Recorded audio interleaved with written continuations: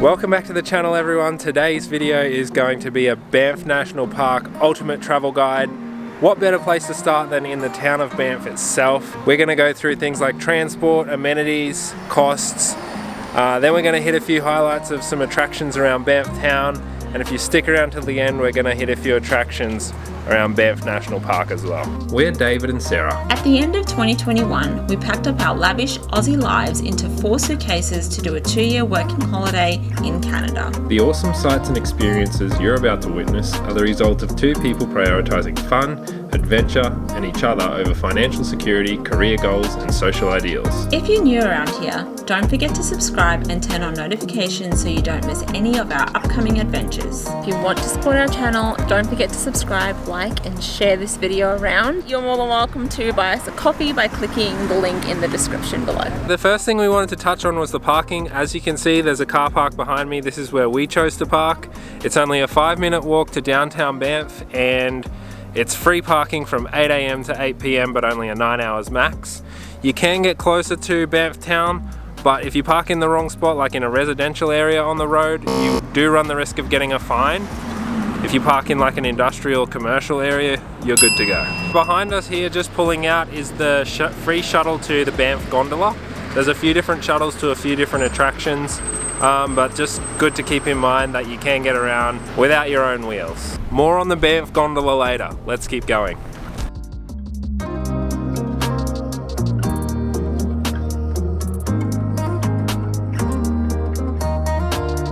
We are at the visitor centre, so you can come here if you need any information on where to go or what to do here in the Banff town or surrounding areas. We also have a bike rental place right to the side of me, where you can rent some bicycles and you can go around the town on your bike.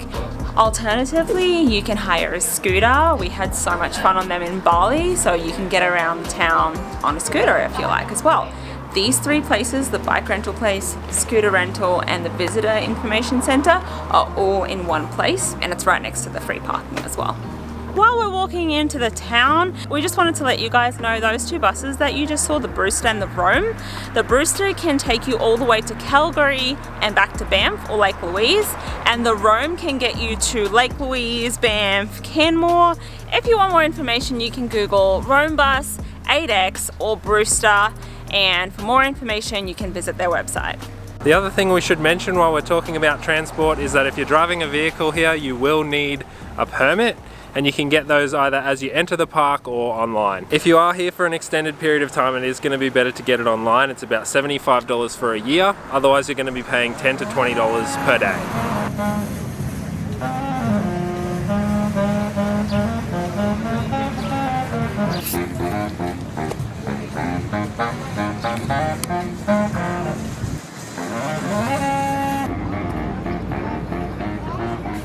Another fun way to get to see Banff is to go around with the open top limo. It's really cool, it's blue, it's old school, and yeah, we're not too sure what the price is for it, but you can get around town that way as well. Here we are in downtown Banff, and we just wanted to have a quick chat to you guys about what you can expect to find here.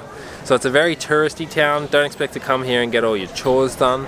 It's not an extremely practical town, but you're gonna have all your main sort of chains like food chains, McDonald's, Tim Hortons, Domino's, all the rest of those big ones. Heaps and heaps of little standalone restaurants and cafes as well, coffee shops, boutique sort of foods like popcorn shops and chocolatiers, beaver tails and things like that that you wouldn't find in your average towns. If you need household stuff or yard stuff, the best place to go to is a place like Canmore, where they do have some practical shops there. Over here, there's a lot of soap shops, gift shops, souvenir shops, things like that. But it is a good time. Banff is a good time. Sure is. There are also a lot of trails to do around here, but we're going to get to that a little bit later. They also have these walking malls that are close to vehicle traffic where you can just walk up and down and do your shopping, and a lot of gift shops and restaurants and that sort of thing. And like any major tourist destination, best to come earlier or later so you don't get stuck in all the traffic. Yeah, there's a lot of people here. Yeah, it's very populated at the moment, especially with the weather has just come spot on the last couple of days. Beautiful blue skies, warm, still snow on the mountains, but this warm breeze blowing through. It's just like an amazing time of year. So people definitely notice and they definitely show up for that. It's a hiking town. What do you expect? People want to hike. They like this summer weather. So expect that when you come here as well. If you're not much of a hiker, don't reconsider, still come.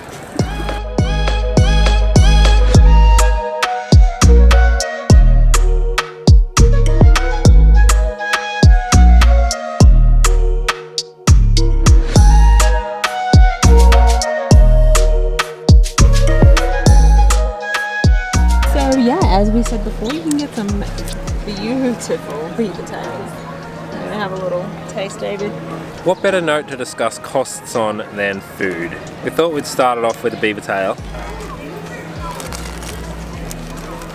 $7. Was it? $7 for a beaver tail. While David's munching on that, I just thought I would have a chat to you guys about the costs here. So to dine in at like a normal mediocre restaurant is the same cost as everywhere else in Canada. Canada's expensive. It is what it is.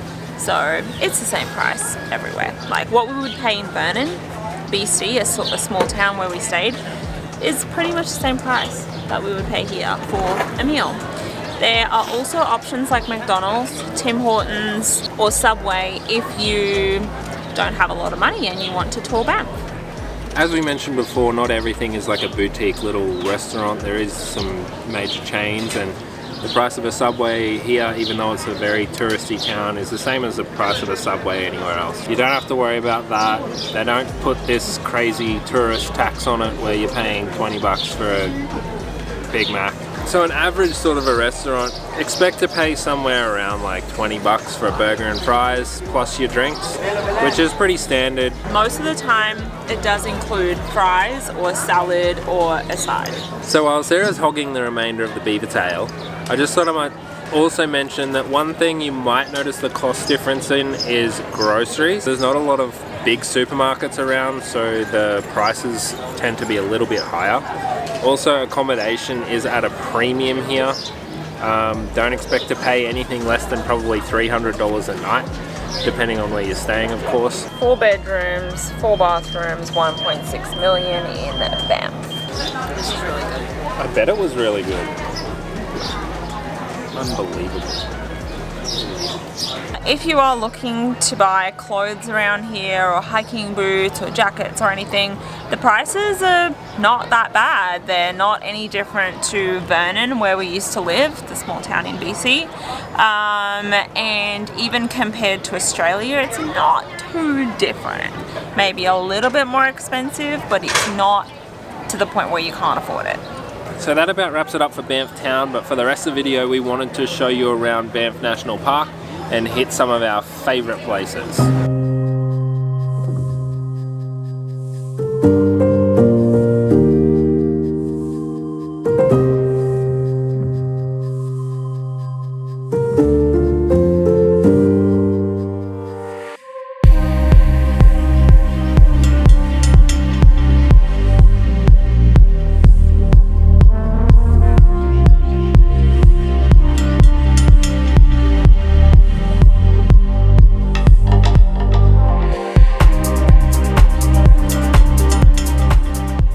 Places that you can come to here in Banff is the Starbucks near the Banff Gondola.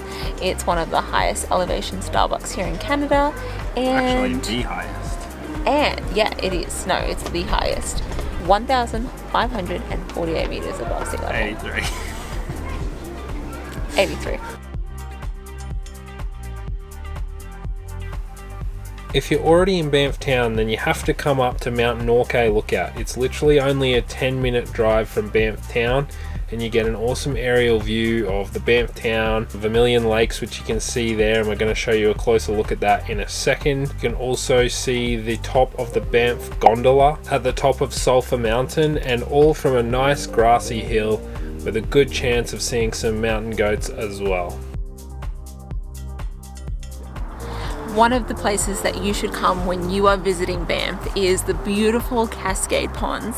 This place is just a short little walk. You can't even call it a walk. It's like a lookout. It's just like the car park is right there. So it's a little couple meter walk and you will be at the beautiful Cascade Ponds. This place has fire pits, so you can come and you can have a barbecue. You can come and have a picnic and just relax. You can bring your kayak, your canoe, go canoeing in these beautiful ponds, and you can fish as well. We saw someone fishing. Vermilion Lakes is another ripper spot. That's the one we just showed you from the top of Mount Norquay Lookout. The beauty of it is it's only a 4 or 5 minute drive from Banff town, again like Mount Norquay. It's a great place to just come and soak up the views with a coffee, and you have the chance of seeing some amazing wildlife here as well.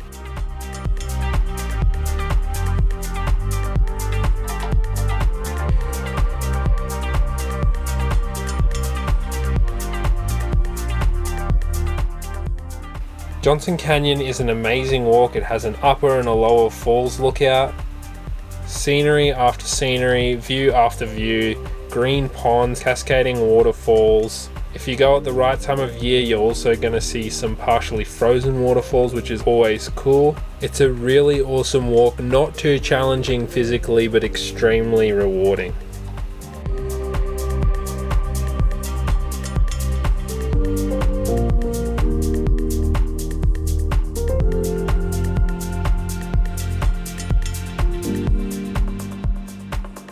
This is the famous Lake Louise. It doesn't need any introduction, always provides beautiful scenery with crystal greeny blue water, but make sure you plan your trip and get here either before 7 AM or after 8 PM to really maximize your time without the masses of tourists, because this place does fill up.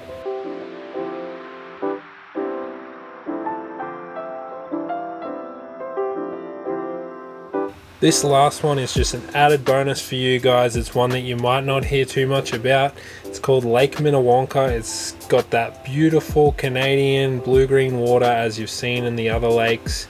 It's got some beautiful scenery. It has the added benefit of having a cafe there, which is really nice. You can just grab your drink and your snack and you can go and enjoy it by the lake. There's also plenty of activities to do here, like lake cruises, boat hire, canoeing, fishing, hiking, etc. You're also quite likely to see some sheep here with the iconic curly horns as well, so look out for that.